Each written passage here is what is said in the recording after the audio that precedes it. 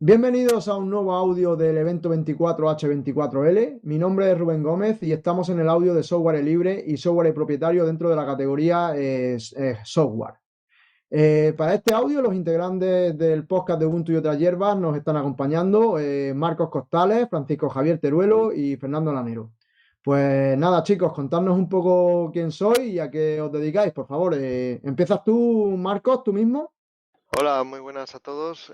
Sí, pues soy Marcos, vivo en Sisión, Asturias, y bueno, pues trabajo de administrador de sistemas Linux y en mi tiempo libre pues estoy muy metido por la comunidad. Hemos hecho eventos, por ejemplo, los tres que estamos aquí con Fernando Lanero y Javier Teruelo, hemos hecho eventos como la UbuCon.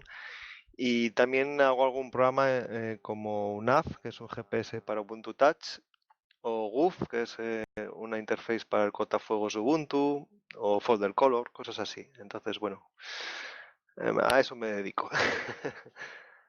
Sí, realmente es interesante. Francisco Javier, pues tú mismo te presentas, por favor. Buenas, soy Javier Teruelo, soy un simple profesor de historia de Santa Coloma de Gramenet, usuario de Linux por convicción desde hace mucho tiempo y que, bueno, no programo porque mis conocimientos de programación son limitados y están muy oxidados, pero sí que me he dedicado a desarrollar bastante lo que sería la implantación de los sistemas, hacer que un centro entero pueda funcionar con Linux, con todo Linux sin necesidad de ningún tipo de software propietario, crear redes de apoyo para poder apoyarnos entre nosotros y no depender. Bueno, cositas de estas que supongo que irán saliendo durante el programa y que a veces no se encuentran. Sí, sí, seguro que sí que vamos a ir viéndolo todo durante el programa. Fernando, cuéntanos a qué te dedicas, quién eres y todo esto. Hola, muy buenas. Pues yo soy Fernando Lanero, soy de León, soy al igual que Javi, profesor de educación secundaria. También soy el coordinador TIC de todo mi centro, soy el que lleva todo el mantenimiento de la red, pues todo lo que es en la parte informática de un centro educativo, pues eso recae sobre mí. Pues eso, tan lo mismo, soy usuario de Linux convencido desde hace ya muchos años. Y bueno, también intento participar de forma activa pues, en el desarrollo de aplicaciones o de sistemas, pues tanto en PC con Ubuntu o en móviles con Selfies y ese tipo de cosillas pues que iremos hablando, me imagino, ahora a lo largo del programa. Sí, sí, pues básicamente sí, iremos viendo todo esto a través del programa. Pues bueno, por mi parte soy Rubén Gómez Antolí, Raslobo en las redes. Ya me he presentado en otro audio, así que no me vuelvo a repetir. Tenemos una pregunta que es obligatoria para todos los participantes de 24H24L y es que nos contéis la razón por la que utilizáis Linux. Así que sentiros libres, ¿quién quiere empezar? Marcos, ¿tú mismo? Venga, va. Pues yo uso Ubuntu, uso Linux, pues porque va muy bien. Va muy fino, siempre va igual de rápido, da igual que lo hayas instalado hace un año, que es una fecha límite para cierto sistema operativo en el que ya tienes que formatear, como si lo tienes instalado desde hace 5 años, siempre va igual de fino. No tiene virus, así que perfecto, con lo cual no tiene esa penalización de rendimiento y encima, además, es libre. Ya quisieran todos los demás cumplir todo eso. Sí, desde luego. Javier, cuéntanos. Pues bueno, yo uso Linux porque caí un poco en este mundo no por casualidad, sino por curiosidad. Y bueno, descubrí todo un universo ahí detrás con el cual podía hacer todo lo que necesitaba. No solo podía hacerlo, sino que podía hacerlo con máquinas que en teoría estaban fuera de servicio y fuera de línea. No necesitaba estar siempre pendiente de renovaciones. Tenía seguridad, tenía privacidad. Incluso podía ajustarme exactamente las cosas a lo que yo necesitaba y no lo que una empresa decía que yo tenía que hacer. A partir de ahí, pues bueno, desde entonces hasta ahora. Y por ahora no tengo la menor intención de salir de aquí. Pues sí, sí, coincidimos en algunas cosas. Fernando, pues termina tú por qué utilizas Linux. Bueno, yo utilizo Linux básicamente porque es lo que tengo que enseñarle a mis alumnos. Y no, básicamente también porque, mediamente por lo que han estado diciendo, los temas de privacidad, sobre todo porque es un software que puede ser auditable y sabes perfectamente qué es lo que está detrás. También, bueno, pues básicamente porque todo nuestro centro funciona sobre un sistema operativo libre, que es Ubuntu. Entonces, bueno, administro 200 ordenadores con Linux, pues básicamente no me queda otro remedio que utilizarlo sí o sí en mi día a día. Aunque a lo mejor el cambio a esos 200 ordenadores vino porque lo usaba yo de manera personal y luego lo implanté en el resto del centro. Algo me suena de eso, algo tuve que ver también con el tema, me parece. Eso es. Eso creo que nos ha pasado a más de uno. Bien, pues vamos a centrarnos ya un poquito más en el tema de este audio, que es un poco las diferencias y la definición de lo que es software libre frente a software propietario. Y pues para empezar, pues creo que la primera pregunta, que es obligatoria casi, es ¿qué es el software libre y qué es el software propietario? ¿Cómo podemos definir el software libre y cómo podemos definir el software propietario? ¿No? Y después ya pues vamos entrando un poco en las diferencias de cada uno, ¿no? Pues no sé si quiere empezar Marcos, por ejemplo, para contarnos qué es software libre y qué es software propietario. Bueno, pues el software libre, como su nombre indica, es de libertad, no es de que sea gratuito. ¿Y qué significa esa libertad? Pues significa que tienes acceso al código, que lo puedes ejecutar en cualquier sitio, que a veces se nos olvida, ¿no? Que hay programas que igual no podemos ejecutar por cualquier motivo. Y luego, además, también que podemos distribuirlo entre amigos totalmente gratis y legalmente. Y por último, es que podemos mejorarlo y distribuirlo totalmente de manera legal. Y luego el software privativo es todo lo contrario.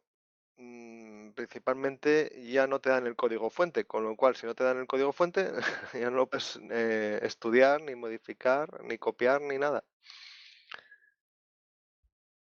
Sí, respecto a ese punto, quería puntualizar exactamente qué es cada uno, o sea, dar la definición que tenemos o que está acotada para este tipo de software para que la gente lo entienda perfectamente. Que es, cuando hablamos de software propietario, el software propietario se denomina que hay dos partes ahí, que puede ser software propietario o privativo, ¿vale? Son los dos términos que apuntan al mismo concepto.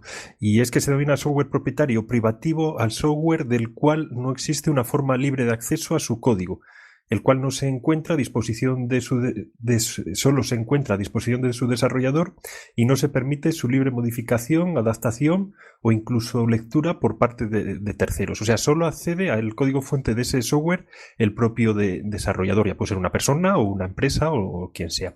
Y por contra, el software libre es todo software cuyo código fuente puede ser estudiado, modificado y utilizado libremente con cualquier fin y redistribuido con cambios o mejoras o sin ellas. O sea, eso son, digamos, dos puntos de vista completamente antagónicos de ver un software y ver otro, de entenderlo, podríamos decirlo así.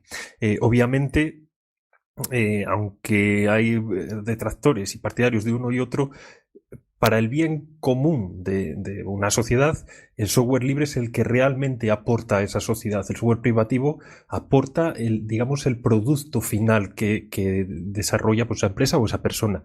Pero el software libre es el que per se aporta a la sociedad porque esa sociedad puede desarrollarlo y seguir implementándolo y mejorándolo. Bueno, Fernando, has incidido en un tema importante, que el problema que hay es que en la estructura de software, no nos engañemos, y parece que nos vamos a salir de tema, pero no es así. Estamos reflejando la sociedad en la que estamos viviendo. El software libre es un software de sociedad que intenta ser colaborativa, es decir, es sociedad que intenta resolver sus propios problemas. El software privativo es una sociedad totalmente empresarial. todo lo que tiene que haber alguien que te resuelva el problema. O bueno, es aquello que digo yo a veces, yo no quiero arreglar mis problemas, yo quiero a alguien a quien gritarle cuando algo no funcione y que alguien se encargue de arreglarlo mientras yo estoy sentado tomándome una cerveza. A partir de ahí, eso lo podemos extrapolar a una nevera, lo podemos extrapolar a un ordenador. Seguimos en esa línea.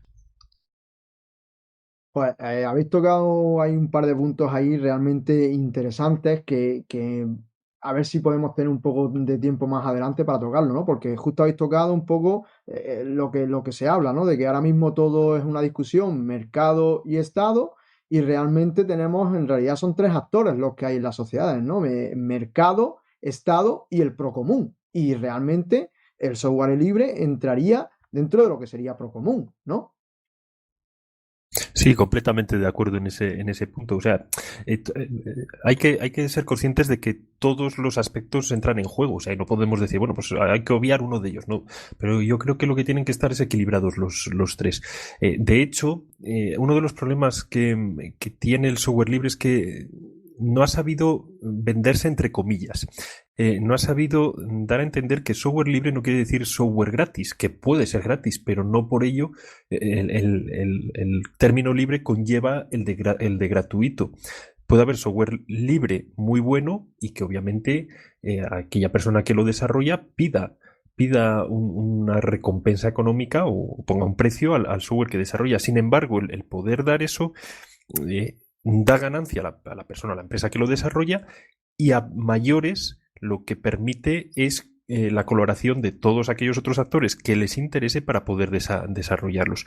De hecho, aquí, ahora cuando has dicho lo de Estado, entramos en un punto un poco ya más farragoso porque el Estado está tirando hacia un software privativo que ese sí que no debería usarlo. O sea, yo no veo o no concibo que los poderes públicos utilicen software privativo. Es que no lo concibo. El software privativo me parece muy bien, pues hay empresas que lo quieren desarrollar, perfecto, que lo desarrollen y pongan un precio y el que quiera lo compre y el que no. Pero software propio desarrollado por un Estado, software propio privativo desarrollado por un Estado, eso sí que es que no lo concibo, me chirría por todas partes. Bueno, ahí estamos hablando del Leviatán en su máxima expresión. En realidad, precisamente es Fernando siempre se me suele adelantar, suele ser uno de los problemas. Ahora mismo vamos a poner un caso y vamos a ponerlo con nombres y apellidos. El hecho de que el usuario estándar de Microsoft Office diga que es que lo que tú le envías con estándares abiertos, y ya no digo OpenOffice o sino estándares abiertos, no le funciona, no es una excusa válida. No es una excusa válida porque aquí la culpa es de Microsoft, que no está implementando el lector de estándares abiertos en su software o lo implementa con sus modificaciones. Entonces, pues oye, búscate la vida. A ver, yo conozco gente que utilizaba la suite de Lotus o los AbiWord, o AbiWord ahora ya está abierto, pero bueno, me entendéis lo que quiero decir. Estándares que en su momento habían sido estándares oficiales, estándares que era lo que utilizaba todo el mundo y que era lo bueno, y ahora hay bases de datos muy grandes, pues que están utilizados, por ejemplo, con Lotus, que hay muchísimos problemas para trabajar con ellas. Vamos a ir a otro mundo. ¿Alguien se cree de verdad, aunque todos los bancos tengan esas bonitas pantallas táctiles y toda esa morralla, que las bases de datos que hay debajo no siguen siendo enormes bases hechas en COBOL, que cada vez hay que meter más y más y más y más capas de interfase en medio, y que todo eso ahí hay un software que si es público se puede controlar, pero si no, cada capa de esas, cada capa que sea privativa, cada capa, no sabemos ni siquiera dónde van ni esos datos, ni lo que está pasando. Y a ver, es cuestión, cuanto más piezas intermedias tiene una cosa, más fácil es que falle. Y estamos empezando a ver fallos. Ha habido fallos, habrá fallos, es inevitable, pero estamos empezando a ver fallos serios y graves. Desde luego esto, os habéis adelantado un poco al orden que teníamos previsto para las preguntas, pero bueno, me parece un tema realmente interesante y vamos a ver si da tiempo y lo volvemos a coger un poco. Eso es habitual, Rubén. Los guiones es una cosa que le pasa a los demás. Sí, sí, sí, sin duda, sin duda. Por ir un poquito con el orden, ¿no? hemos visto más o menos qué es el software libre, qué es el software propietario, ya hemos entrado incluso en terrenos de Procomún y tal. Y entonces sabemos, todos los que ya llevamos tiempo en Linux, que las distribuciones GNU Linux, ¿no? Pero para un recién llegado, ¿qué es una distribución de GNU Linux? ¿Y qué debería tener o no debería tener software propietario en su repositorio? ¿Qué razones hay a favor de que tenga software propietario en su repositorio o no? Y ya explicamos también qué son repositorios, porque habrá gente que no lo entienda. No sé si Marcos quiere empezar con el tema. Venga, voy yo para allá.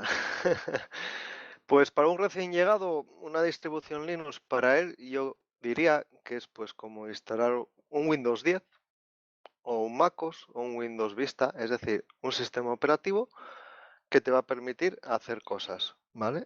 Estamos bajando eso, un recién llegado, ¿vale? Y con eso, ¿qué debería de llevar de software privativo un Linux? Pues para mí, lo que hace Ubuntu. A Ubuntu se le critica a veces que no es software privativo, no está en la lista de la Free Software Foundation, tampoco está Debian, por ejemplo, que a mí me parece fatal que Debian no esté en esa lista, pero ¿por qué? Pues porque añade, por ejemplo, drivers para que te funcione la Wi-Fi. Yo alguna vez he tenido algún portátil, una tarjeta Wi-Fi Ateros, creo recordar que era, y no podía usarla sin driver privativo. Tenía que usar el driver privativo para tener Wi-Fi. O también me ha pasado muchísimas veces, muchas más, con mucho más hardware, que no reconoce bien la tarjeta gráfica y no tienes la resolución correcta en la pantalla, con lo cual ves las fuentes borrosas y ves todo mal, muy mal. Eso para mí hay que incluirlo, sí o sí, hay que usarlo si es que tienes necesidad de ello. Porque es que si no, si al final vas a tener una wifi y no la vas a poder usar, o en tu pantalla te vas a dejar los ojos porque no está bien la resolución, eso para mí no es ni discutible, sinceramente. Claro, luego vamos a lo ideal, ¿no? Lo ideal sería que fuera 100% libre, pero yo creo que eso es el camino al que hay que llegar, pero que actualmente estamos en el camino. A ver si llegamos pronto, más que tarde, pero es eso. Ojo, también para los que critican Ubuntu, cuando ejecutas Ubuntu el instalador en la primera pantalla, puedes pulsar, si no me equivoco, F5, F6, uno de los menús de abajo, y puedes decir que solo uses software libre, solo al 100%. Ojo, luego cuando no te funcione la Wi-Fi, ya te encargarás de buscar el driver privativo. Sí, puntualizando ahí, yo quería dar mi punto de vista más pragmático en el debate este de privativo sí, privativo no dentro de las distribuciones. En los repositorios, y ya explico qué son los repositorios. Los repositorios, pues digamos que son, para que lo entienda la gente, como contenedores donde metes allí todo el software y tú coges aquel que te viene bien. Una manera así muy llana de decirlo. Volviendo a lo que estábamos hablando, es eso, debe haber software privativo ahí. Yo ya os digo, desde mi punto de vista pragmático al 100% de administración de un centro educativo es sí. Sí, porque nos guste o no, las empresas de hardware por ahora no están liberando el código de sus componentes. Entonces, mientras no se libere ese código, obviamente hacerlo funcionar sin los propios drivers que da la empresa es prácticamente imposible. ¿Que tienes tiempo en tu casa y quieres ponerte? Pues bueno, lo intentas. Para administrar 200 equipos, obviamente es imposible. Entonces, yo siempre abogo por facilitar las cosas al usuario. Si no facilitamos las cosas al usuario, obviamente el usuario va a decir que el software libre es una castaña, porque si instala en un ordenador, en un PC, una distribución y no le funcionan la mitad de las cosas, la wifi, la impresora, el monitor con una resolución de 800 por 600 y un lector de tarjetas que tenga, pues estamos acabados. Porque va a decir que ese software es malo, no porque él diga, no, es que es bueno porque es libre, no. Tenemos que pensar que el usuario final, el que no está metido en el tema de la informática, lo que quiere es que funcionen los aparatos. Vale que hay que tender a que todo sea libre, eso sería ideal, pero por ahora, y no por dejadez de la comunidad de software libre, sino por las políticas que siguen las propias empresas que fabrican los componentes, pues por ahora no tenemos esa posibilidad de que sea todo software libre. Por lo tanto, mientras estemos en el punto en el que estamos, obviamente el software privativo es fundamental que esté ahí para que funcione todo. Y si me pongo a administrar y a instalar en 200 equipos el software libre y en cada uno tengo que ir haciendo malabares para que funcione algo, más que nada no es que me guste o no, es que no voy a acabar en la vida. A lo mejor termina el curso y estoy todavía con el quinto ordenador, la quinta máquina que tengo que instalar. No sé si se entiende lo que quiero decir.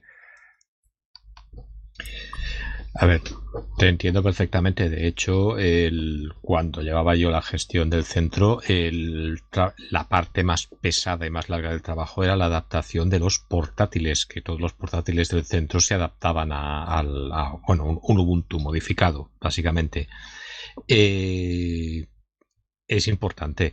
De todas formas, quiero retrotraerme al principio de la pregunta un minuto, porque hay un detalle muy importante que la gente que entra de nuevas se sorprende. Está muy acostumbrada la gente a instalar un Windows a eso, o un Windows 10, o un MacOS, o un Windows 7, o lo que sea. ¿Qué es lo que pasa? Que se encuentran que se les abre todos los programas de trabajo, y esos programas de trabajo o son los básicos totalmente, o son muy limitados, con lo cual rápidamente la primera cosa que han de hacer es empezar a instalar más cosas. Una cosa que sigue en la mayoría de las distribuciones Linux, al menos aquellas que ya vienen cerradas de fuera, estoy hablando de las mayores, es que tú, una vez acabas de instalar la distribución, tú ya te puedes poner a trabajar. Es muy raro que no tengas el material necesario, el software necesario para poder trabajar. Trabajos estándar, estoy hablando, incluso pensando en una cosa más específica como sería edición de sonido o trabajar a nivel artístico, pues tienes distribuciones específicas que una vez montada tienes no el software que necesitas, sino muchísimo más del que puedes llegar a necesitar. De hecho, muchas veces lo que hacemos después de instalar es empezar a limpiar cosas que no vamos a utilizar nunca. Eso es una gran diferencia respecto a esas otras distribuciones privativas, a estos sistemas operativos, que lo que nos hacen es darnos la base y luego búscate la vida. Eso cuando no son bases con trampa, con versiones shareware, y aquí se me ha caído el carnet de identidad al suelo, a ver quienes recuerden lo que era el shareware, el software capado o que tiene una limitación de tiempo y después dejaba de funcionar, con lo cual te enganchan una manera de trabajar y al poquito tiempo te dejan sin servicio. Un poco, por decirlo mal y pronto, juego muy, muy, muy sucio. Por otro lado, el tema de los repositorios, habría que tener en cuenta una cosa, que la gente que esté oyendo esto y no sepa de qué va el tema, nos hablará de, vale, como la tienda de Android o la tienda de los Mac. Sí, pero hay una diferencia. Primero, los repositorios son mucho más abiertos. El filtro, pasan filtro, pero todo lo que hay allí está auditado y comprobado. Ya sé que teóricamente lo que hay en las tiendas de Apple y las tiendas de Android está comprobado y auditado, pero no necesariamente. Doy fe, Javi. Doy fe que entre los repositorios oficiales de la distribución tienes que cumplir unas normas muy estrictas y hay muchísima gente auditando el software, mucha, más de la que parece, aunque parece que nadie lo lee, sí, hay gente que lo lee. Mejor que Marcos con una app, pocos se lo van a decir.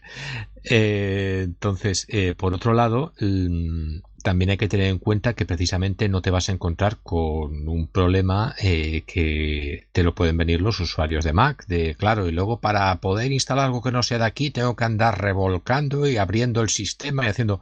No, tú puedes bajarte un paquete en la arquitectura que sea tu sistema, en RPM, en DEP o en lo que sea, o en código fuente, e instalártelo libremente, sin ningún tipo de problema. Es decir, mantienes el control. Para mí es lo importante. Volviendo a un punto que habéis tocado antes, justo antes, ¿no? Que ha nombrado, no sé si ha sido Marcos o Javier. Hemos dice, es que estas distribuciones no están en Ubuntu o Debian, no están en la lista que mantiene la FSF, la Free Software Foundation, como libres. Pero, claro, a lo mejor, y estoy yo pensando, ¿sabes? Conforme os estaba escuchando, lo iba pensando, a lo mejor es que lo estamos haciendo mal, a lo mejor la FSF lo está haciendo mal, y lo que debería mantener es una lista de hardware que funciona con software libre a la perfección, para que la gente pueda consultar esa lista y comprar lo que ya funciona con software libre. Entonces, las distribuciones no tendrían ninguna necesidad de incorporar software propietario en su repositorio. No sé si esto sí tiene sentido o si no tiene sentido, no sé cómo lo veis.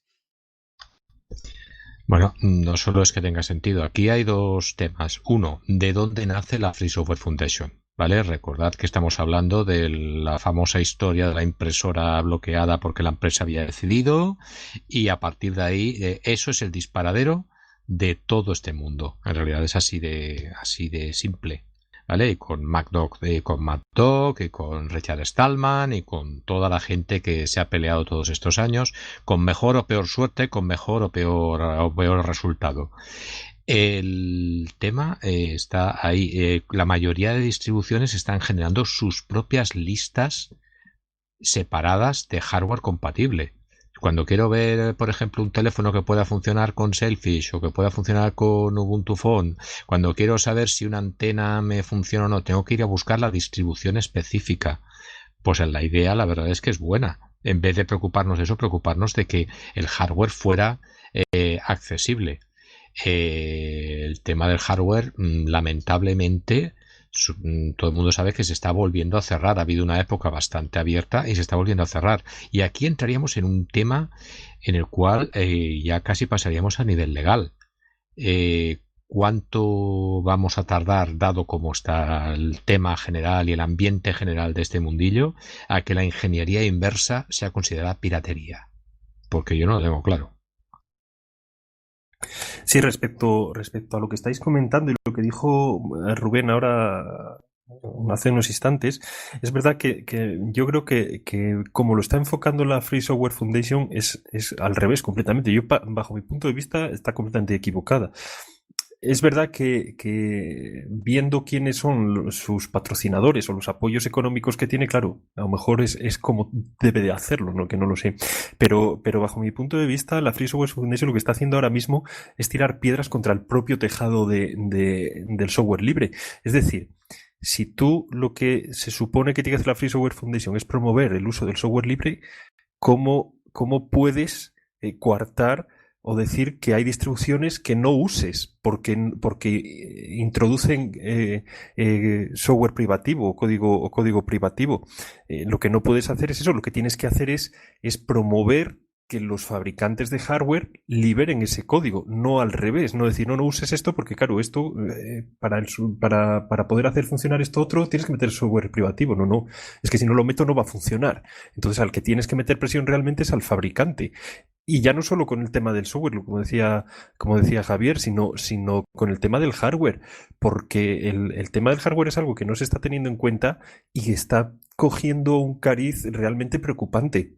Venimos todas estas décadas de atrás, pues de los 80, los 90, toda la primera década de los 2000, en un mundo todavía, bueno, más o menos con una tecnología x86 y que no es libre, pero bueno, es muy abierta y permite hacer muchas cosas. Pero en estas últimas semanas, los movimientos que está haciendo Nvidia con ARM y cómo quieren introducirlo, ojo con eso, porque eso puede poner las cosas muy, muy serias y muy peliagudas para todo el mundo del software libre. No solo eso, es que vamos a tener un lío también con las... Perdón. Perdón. Que vamos a tener un lío también con todas las máquinas que van a dejar a ser máquinas prácticamente dedicadas. Las máquinas de propósito general tienden a desaparecer. De todas formas, vuelvo al principio, que es lo importante, lo que quería acabar de rematar. La Free Software Foundation es muy extrema. Y a veces, lamentablemente, hace falta que haya alguien muy extremo, muy purista, para que nos podamos posicionar. Aquí tampoco ha de tener un poder excesivo, porque si tiene un poder excesivo, precisamente lo que genera es la destrucción de la causa que está defendiendo. Es una situación muy delicada, muy, muy, muy delicada. Y evidentemente el gran problema que tenemos aquí es de propaganda, y lo hemos dicho antes, que el software libre no se ha sabido vender. ¿Por qué? Porque o tenemos por un lado o empresas que evidentemente van a buscar hundir esa línea, porque no les conviene lo más mínimo, o bien la posición más extrema. La mayoría de usuarios navegamos en medio, tendemos más al software libre que al propietario en todo lo posible. Si yo puedo hacer algo con software libre, no lo haré con software propietario, pero la mayoría de los usuarios navegamos un poco entre esas dos aguas, entre esos dos extremos. De usuarios de software libre estoy hablando. La mayoría de usuarios, lamentablemente, lo son de software propietario. Y ahí abriríamos el campo de la piratería y eso es otro tema. Sí, sí, sí, sí. Sin lugar a dudas, esto ya es otro tema, ¿no? Y bueno, nos hemos internado ahí momentáneamente en el terreno del hardware, pero bueno, ya sabéis que nosotros ahora mismo aquí estamos centrados más en el software. 24H24L tendrá una sección de hardware y estoy segurísimo que van a tocar todos estos temas que hemos tratado aquí, que son súper interesantes y además posiblemente son un poco, como estamos comentando, la base desde la que hay que empezar, ¿no? Pero bueno, vamos a centrarnos en el software. Para vosotros, ¿por qué se debe desarrollar software libre? ¿Cuál es la razón detrás de que el software libre, digamos, tenga que existir y deba seguir creciendo? Marcos, que has hablado muy poquito, cuéntanos tú cómo lo ves eso. ¿Que por qué deberíamos de desarrollar software libre? Bueno, pues mi razón, que yo creo que es la final de siempre, yo comencé en el software libre usándolo. Y yo creo que también incluso promocionándolo entre tus familiares o amigos es algo muy bueno en el sentido de decir, oye, y pues yo uso Ubuntu porque Ubuntu mola, que es algo que al final le funciona muy bien a Apple. Apple al final su mejor publicidad son los usuarios que lo usan, ¿no? Y yo creo que ahí pecamos un poco de no decir, por ejemplo, yo uso Linux porque mola y ya está, y solo con eso. Vale, entonces, ¿qué pasa? Después proseguí traduciendo Ubuntu, traducí Ubuntu al asturiano. Y al final acabé diciendo, ¿y por qué no programar? Al final también es cierto que necesitas la idea de qué programa crear, pero bueno, eso lo vas viendo con el tiempo. Entonces al final en Linux lo bonito es que tú aportas lo que tú quieras. Es decir, tú puedes o no aportar nada, o puedes recomendar, o puedes traducir, o puedes desarrollar, o puedes testear. Entonces es eso, realmente es el deseo de cada uno a qué nivel quiere aportar, a qué nivel quiere eh, fusionarse con la comunidad, porque al final es eso, es que al final vas a un evento y que la gente te conozca porque eres el que desarrolló tal cosa, o me hacía mucha gracia, por ejemplo, en la WunCon, en la WunCon alemana, con Nathan Haynes, que le reconocían como ser la voz de UNAF, ¿no? Era simpático y era súper divertido. Es al final, y porque si te mola en lo que estás y puedes colaborar, ¿por qué no hacerlo? Pero aquí hay otro detalle también importante, Marcos. Cuando tú colaboras lo haces porque quieres. Cuando desarrollas lo haces porque quieres. Cuando recomiendas lo haces porque de verdad te lo crees. No te sirve un vendedor de humo o un vendedor, simplemente. Alguien que lo hace pues porque le toca defender este programa y mañana le toca defender el otro y pasado le tocará defender el de más allá. A nosotros nos vienen diciendo, oye, esta distribución, pues esta, oye, pórtela si quieres. Yo la probé y a mí no me funcionó. Pero bueno, ese punto le da un valor, aunque parece que se tenga poco en cuenta. Yo a mayores querría también puntualizar otro aspecto, el tema del software libre, además de las distribuciones y de los propios sistemas operativos, y no me aguanto de decirlo, que se debería potenciar y desarrollar y promover el software libre precisamente para evitar casos como el que hemos vivido esta semana, o estas 2 semanas de atrás con la aplicación esta de Radar COVID del Estado. Que hablan para evitar contagios y tal. Una aplicación, vamos a ver, que se supone que rastrea tu salud, que no está liberado el código de la aplicación que se está distribuyendo. Una aplicación que se hartan a decir que no se envían datos del usuario a no sé dónde y tal. Vale, muy bien. Tú dices que no, pero yo digo que sí. Y es tu palabra contra la mía, porque ese código no está liberado. Y aquí estamos jugando ya con los datos de salud de millones y millones de personas que se instalan esa aplicación de buena fe y que no saben cómo se están tratando esos datos. No digo que la idea que está detrás de este tipo de aplicaciones sea mala, pero tal y como lo está implementando, en este caso el Estado, el gobierno español, es patético. Patético porque hemos terminado viendo que la aplicación se han filtrado los datos, se han enviado no se sabe dónde, precisamente por eso, porque el código no está liberado, no es libre, no se puede auditar y nadie sabe qué está pasando con ese mogollón de datos que se están enviando, vete tú a saber dónde. Porque por más que se rasguen las vestiduras diciendo que no, que esto no se envía, que es completamente segura, que es tal, ¿vale? Libera el código, se ve que se está haciendo, entonces se podrá decir que sí es segura. Mientras tanto, repito, es la palabra de uno contra la palabra de otro. Por lo tanto, ahí es donde debemos incidir en la importancia del software libre y que la gente entienda por qué es tan importante el software libre. Porque se puede ver precisamente, en este caso, que no se está jugando con los datos de su salud, porque vuelvo a repetir, ¿quién les dice que esos datos no se terminan enviando a aseguradoras que luego dicen que, claro, como tuviste la enfermedad, que Sí. tu póliza de seguro que va a ser mucho más cara porque esta enfermedad no sabe qué secuelas deja? ¿Vale? Fernando, sí, correcto, pero estamos particularizando en estos momentos sobre una aplicación en concreto y, bueno, es cierto que es realmente un tema interesante, pero digamos en general, ¿por qué tenemos que desarrollar este software libre, ¿no? Entiendo que es un ejemplo bueno, ¿no? Pero un poco, ¿cuáles son tus razones, digamos, de forma general para apoyar el desarrollo del software libre?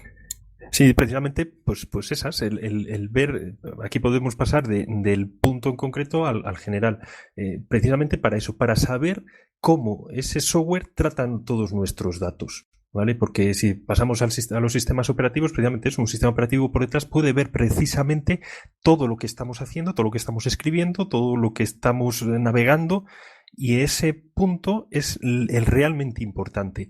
Es tan sumamente importante que se pueda auditar para que el usuario esté y trabaje en un entorno seguro. Seguro porque sabe que hay mucha gente detrás auditando y que en cuanto se vea una mala praxis se va a denunciar, cosa que no ocurre con cualquier software privativo. Sí, quería resumir con el lema de Ubuntu. ¿Por qué desarrollar? Pues yo soy porque nosotros somos, ¿no?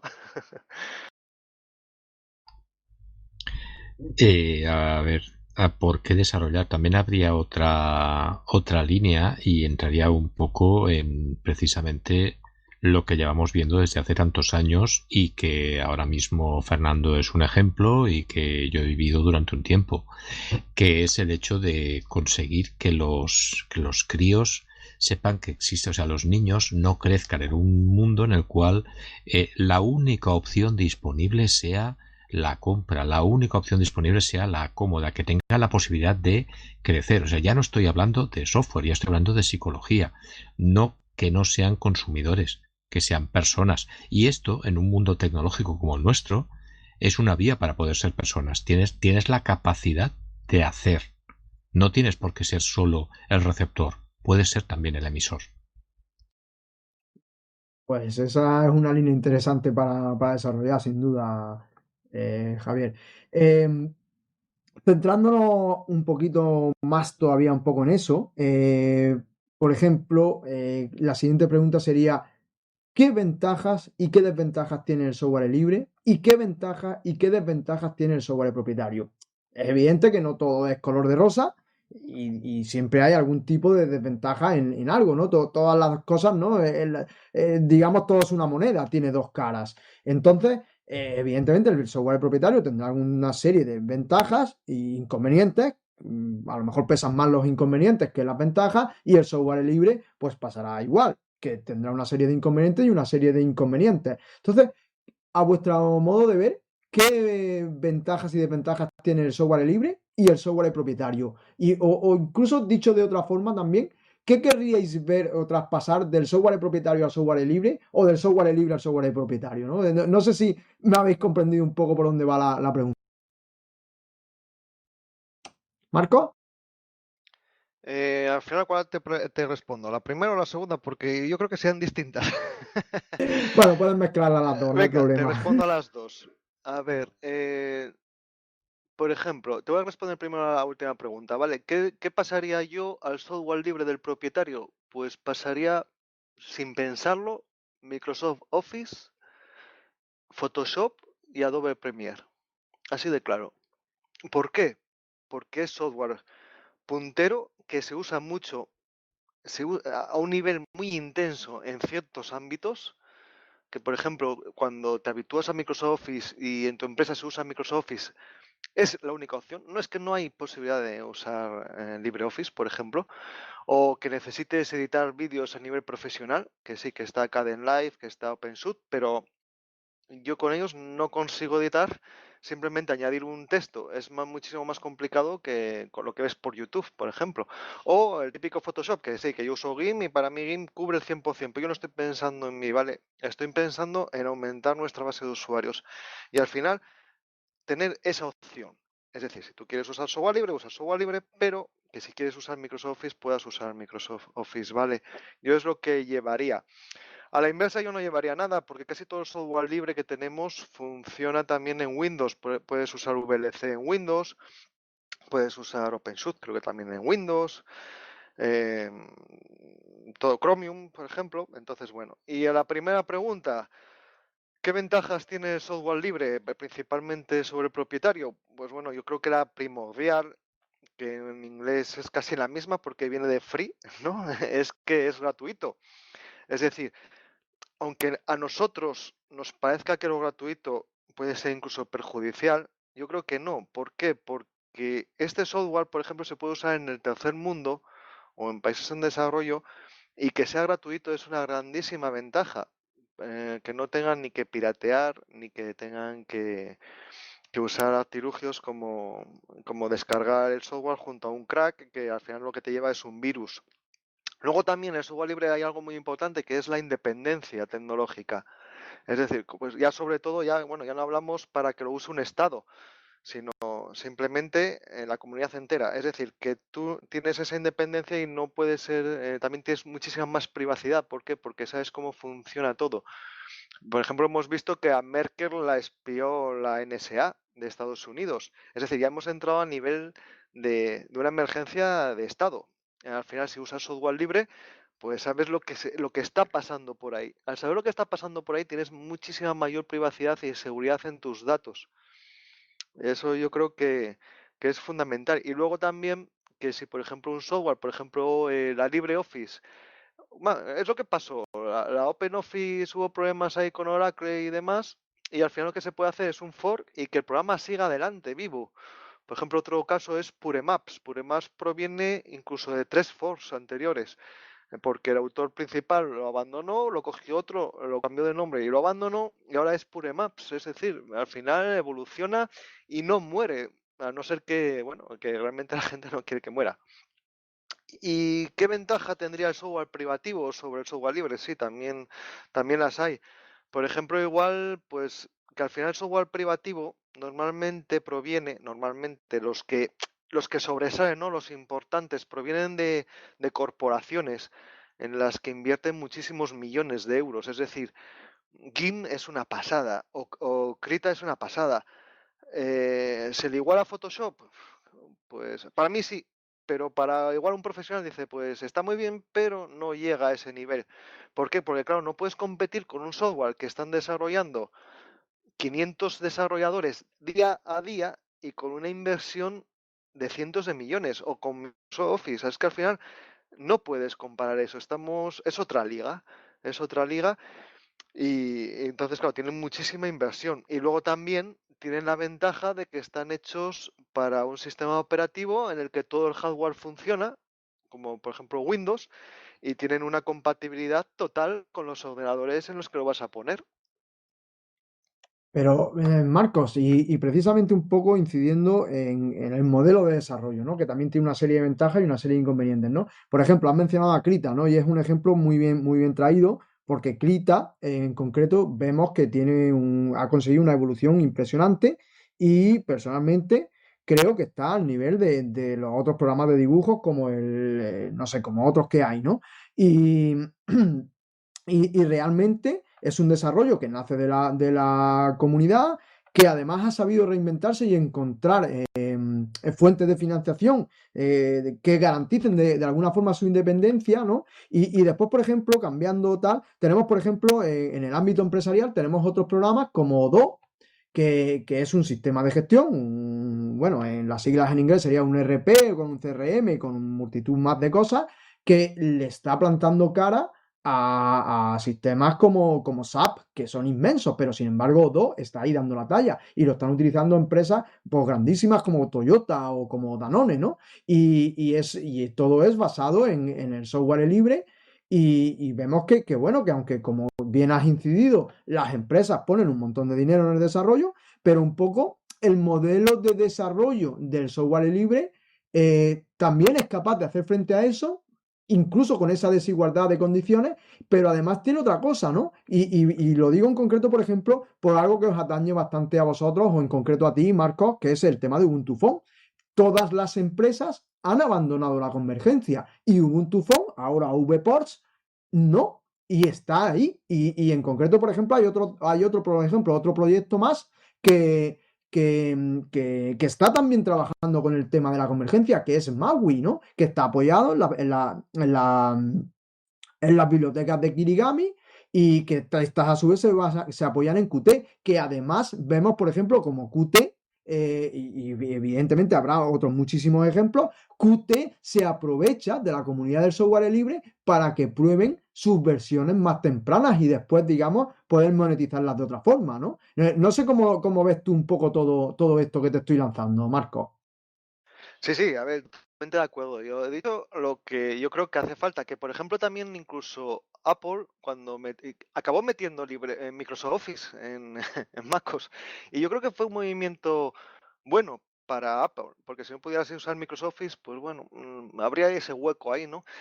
A lo que tú dices, totalmente de acuerdo. Yo lo que digo es que estaría bien tener esas opciones, ¿vale? No digo que deberían estar preinstaladas, no digo que tal, pero sí que si quieres instalar, que si necesitas instalar Microsoft Office y usar, que tengas esa posibilidad, que ahora mismo, bueno, hay la web de Office 365 y demás, pero bueno, no es lo mismo, ¿vale? A nivel de Krita, si Krita, igual no debería haber comparado Krita con Photoshop porque es tiene Es distinto, sí, otro es scope de distinto. usuarios, más bien con GIMP, pero Krita posiblemente no hay nada mejor hoy en día para un creador de cómics, por ejemplo, porque lo que te permite hacer Krita es una pasada y no hay un software posiblemente comercial mejor que Krita. Posiblemente fue un mal ejemplo. Krita es un buen ejemplo. Igual que los sistemas operativos, al final lo que dices de que la comunidad trabaja sobre ellos, en el que somos un pequeño bazar contra catedrales, que si a alguien que le apetece avanzar un poco más en el tema, que lea La Catedral y el Bazar, el ensayo que está genial, en el que entiendes muy bien cómo lucha y cómo se genera y cómo funciona el software libre. Es Al final es que un texto básico, Marcos, sí, de los sí, que hay que pero leer. bueno, 24H, 24L es para gente al principio que quiera meterse en el mundillo, entonces que lean ese ensayo que les va a molar mogollón. Y un buen ejemplo de a dónde podemos llegar, ya no solo con Krita, sino también, por ejemplo, con el sistema operativo en sí. Para mí Linux, Ubuntu, Debian, Fedora, el que me quieras, porque al final son todos Linux, le dan 1000 vueltas a Windows y a Apple, así a MacOS. Le dan 1000 vueltas, en mi opinión, ojo. Entonces es eso, hemos llegado a un nivel de un sistema operativo que es impresionante. Las aplicaciones yo creo que adolecen por un motivo que yo vivo en el día a día, que al final las aplicaciones de Linux suelen estar creadas por un usuario solo, en su tiempo libre, por el que no cobra. Entonces, al final, el tiempo que puedes invertir en hacer esas aplicaciones es pequeño y suelen ser aplicaciones pequeñas. Es decir, yo no veo la posibilidad de hacer una aplicación inmensa yo solo. Yo, por ejemplo, con UNAF sí lo viví. UNAF lo comencé yo solo y como a los 2 años colaboraron dos chicos que eran unos cracks y llevaron a UNAF a otro nivel. Pero ya éramos 3 desarrolladores, pero le metíamos muchísima caña. Y ahí lo noté mucho, lo noté. Fue el único programa en el que realmente tuve una colaboración muy estrecha y muy intensa. Y éramos 3 desarrolladores y UNAF creció mogollón, a un nivel descomunal. Y ahí sí que lo noté. Y también es eso, por ejemplo, claro, vale, hay aplicaciones como Firefox o como LibreOffice en el que hay un equipo código grande detrás, pero por ejemplo es que GIMP, incluso GIMP, con la pasada que es GIMP, tiene un solo desarrollador detrás.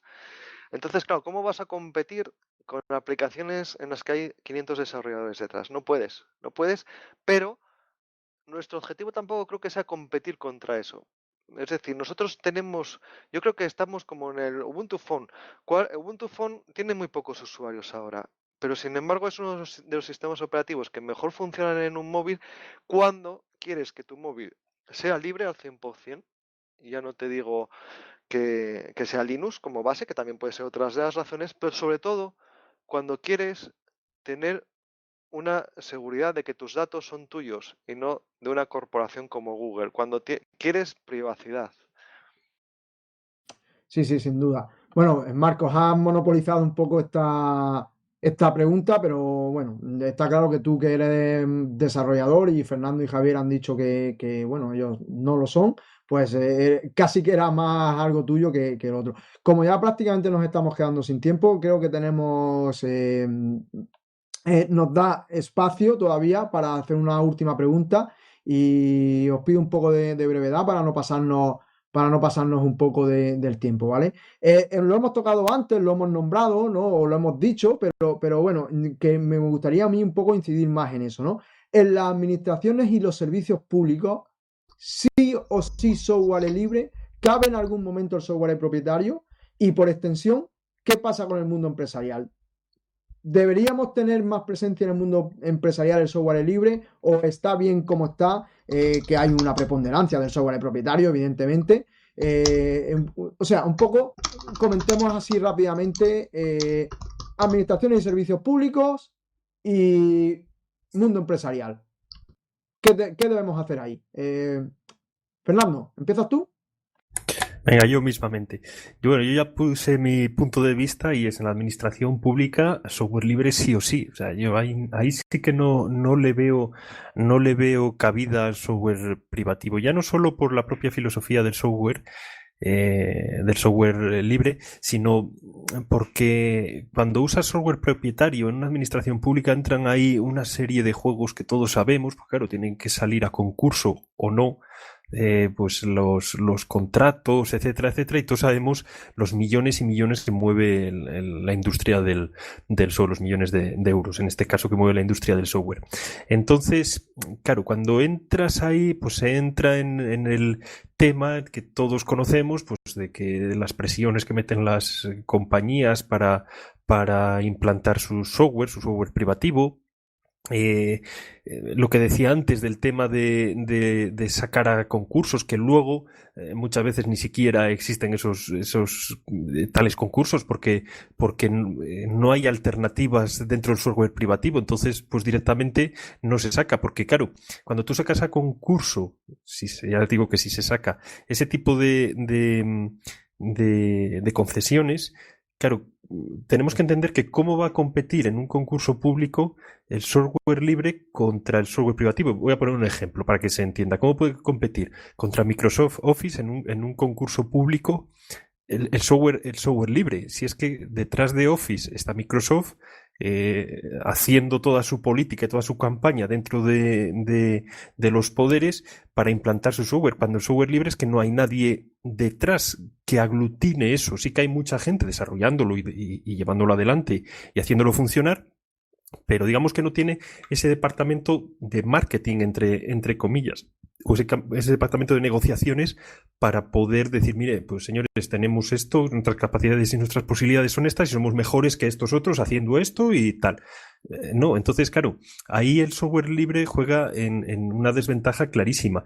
Y por lo tanto, dentro de la administración pública, obviamente, es que el propio nombre lo dice, público, pues software público, software libre, que es lo que deberían desarrollar, que además eso fomentaría pues el trabajo local, el desarrollo local, porque tendrías que contratar a desarrolladores y a programadores de tu propio entorno, no pagar a una empresa de otro país y que toda esa riqueza que se genera se vaya a otro estado. Sí, además de lo que dice Fernando, totalmente de acuerdo, vamos. Recordar, por ejemplo, que la Free Software Foundation tiene una campaña que es Public Money, Public Code, que el código pagado por todos los ciudadanos debería de estar disponible para todos los ciudadanos. Vamos, es un rotundo sí, sí o sí. Cualquier cosa de administración pública que sea público. Pues a ver, poco más tendría yo que añadir a lo que han dicho mis compañeros, porque no sé, es que toda la administración y las empresas, vamos a pensar un poquito en lo que sería la pequeña empresa, la típica tienda o el típico supermercado. ¿De verdad necesitas pagar una serie de maquinaria, pagar una serie de licencias? ¿Por qué ese dinero que pagas en las licencias, o menos incluso, para que no te venga después una denuncia por piratería, no lo inviertes en un proceso de formación tampoco tan amplio, ni tan potente, ni tan largo, y puedes trabajar con distribuciones o generar incluso el apoyo a distribuciones especializadas en eso, en tiendas? A partir de ahí se abriría otro mundo. Igual que algunas veces hemos hablado de lo que nos daría y lo que nos ha ayudado que Steam haya permitido que los juegos se metieran en el mundo Linux sin tanto problema, pues si se abriera ese mundo, todo el mundo este del pequeño comercio, de las tiendas pequeñas, y que no tuviera que ser la gente a título individual que dijera, pues yo no hago esto, yo me monto un ordenador con Linux para llevar a tienda, pues igual iría mucho mejor. Pero los problemas de contabilidad, ahí estamos cascando contra otra nuez bastante dura. Sí, sí, sí, sí. Sin duda habéis tocado un par de puntos ahí clave que desgraciadamente y por motivos de tiempo no nos podemos extender en ellos. Y de hecho, pues bueno, tenemos que ir cerrando ya aquí, que el tiempo sabéis que está muy limitado en este evento. Y nos hemos dejado alguna cosita en el tintero que queríamos tocar, que son formas de vivir un poco de dentro del software libre, ¿no? Pero bueno, no hay más tiempo y así que para terminar, por favor, estamos pidiendo una forma de contactar con cada uno de vosotros y algún proyecto vuestro de referencia o en el que estéis involucrados. Marco, si quieres empezar.